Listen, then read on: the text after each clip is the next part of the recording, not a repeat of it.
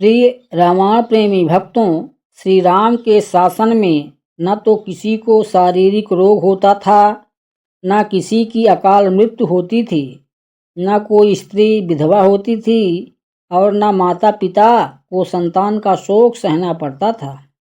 सारा राज्य सब प्रकार से सुख संपन्न था। इसलिए कोई व्यक्ति किसी प्रकार का विवाद लेकर राज दरबार में उपस्थित भी नहीं होता था। किंतु एक दिन एक कुत्ता राजद्वार पर आकर बार बार भौंकने लगा। उसे अभियोगी समझ राज दरबार में उपस्थित किया गया। पूछने पर कुत्ते ने बताया, प्रभु, आपके राज्य में सर्वार्थ सिद्ध नामक एक भिक्षुक है। उसने आज अकारण मुझ पर प्रहार करके मेरा मस्तक फोड़ दिया है, इसलिए मैं इसका न्याय चाहता हूँ।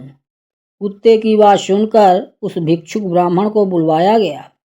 ब्राह्मण के आने पर राजा रामचंद्र ने पूछा, विप्रवर, क्या आपने इस कुत्ते के सिर पर घातक प्रहार किया था? यदि किया था तो इसका क्या कारण है? वैसे ब्राह्मण को अकारण क्रोध आना तो नहीं चाहिए। महाराज की बात सुनकर सर्वार्थ सिद्ध बोले, प्रभु, यह सही है कि मैंने इस कुत्ते को डंडे से मारा था। उस समय मेरा मन क्रोध से भर गया था।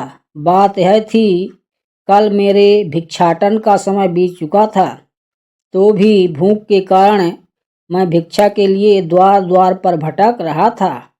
उस समय यह कुत्ता बीच में आ खड़ा हुआ। मैं भूखा तो था ही, अतएव मुझे क्रोध आ गया और मैंने इसके सिर पर डंडा मार दिया।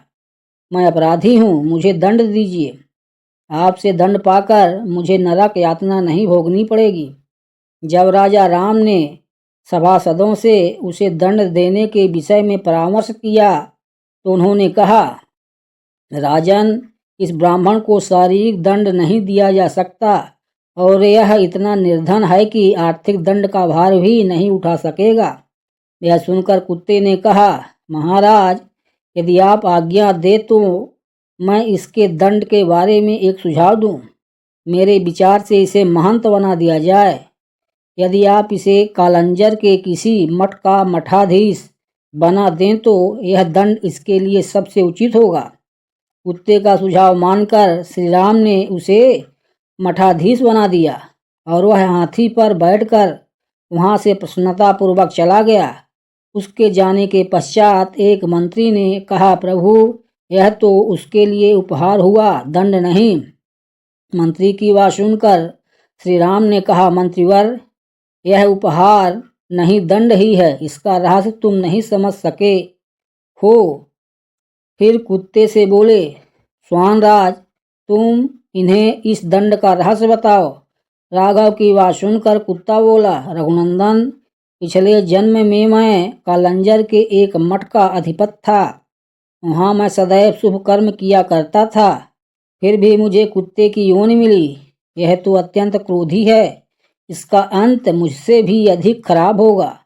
मठाधीश ब्राह्मणों और देवताओं के निमित्त दिए गए द्रव्य का उपभोग करता है, इसलिए वह पाप का भागी बनता है।